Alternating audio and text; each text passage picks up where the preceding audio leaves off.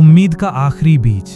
ये कहानी है आरव की, एक 10 साल का लड़का जिसकी दुनिया उसकी माँ के आंचल में ही सिमटी हुई थी। उसकी माँ को बागवानी का बहुत शौक था।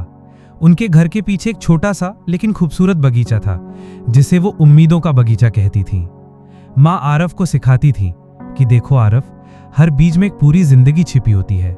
जब हम उसे मिट्टी में दबाते हैं तो वो अंधेरे से लड़ता है और फिर रोशनी की तरफ बढ़ता है। हमारी जिंदगी भी ऐसी ही है। कितनी भी मुश्किलें आएं, उम्मीद का बीज हमेशा अपने अंदर जिंदा रखना। आरव अपनी माँ के साथ उस बगीचे में घंटों बिताता। वो मिट्टी की खुशबू, फूलों के रंग और अपनी माँ की मुस्कान में खोया रहता था। लेकिन फिर एक दिन उनकी खुशियों पर अंधेरे का साया पड़ा। आरव की माँ को एक गंभीर बीमारी ने घेर लिया। धीरे धीरे उनका उठना बैठना कम हो गया। जो बगीचा हमेशा हरा भरा रहता था, अब वो भी मुरझाने लगा था। माँ की हंसी फीकी पड़ गई थी और आरव का दिल हर दिन भारी होता जा रहा था। एक शाम जब माँ की सांसें उखड़ रही थी, उन्होंने कांपते हाथों से आरव को एक छोटी सी मखमली पोटली दी और कहा, इसमें उम्मीद का आखिरी बीज है, इसे कभी मरने मत देना। उस रात के बाद आरव की दुनिया वीरान हो गई।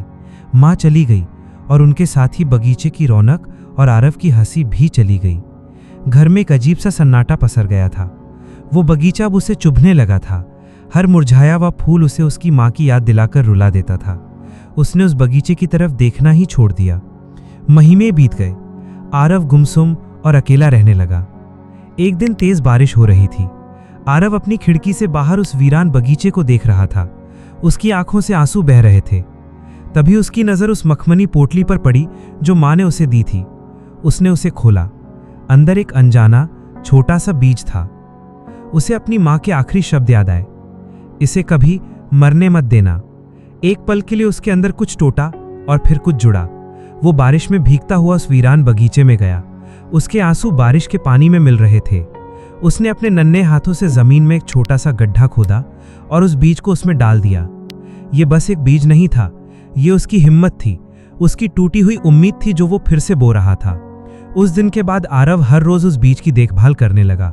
वो बगीचे के सूखे पत्ते साफ करता, जंगली घास उखाड़ता। ये काम उसके लिए सिर्फ बागवानी नहीं था, ये एक थेरेपी थी। हर उखड़ी हुई जंगली घास के साथ वो अपने मन का एक बोझ भी बाहर फेंक रहा था। धीरे धीरे बगीचे में जिंदगी लौटने लगी। कुछ हफ्तों बाद उस बीज से एक नन्हा सा अंकुर फूटा।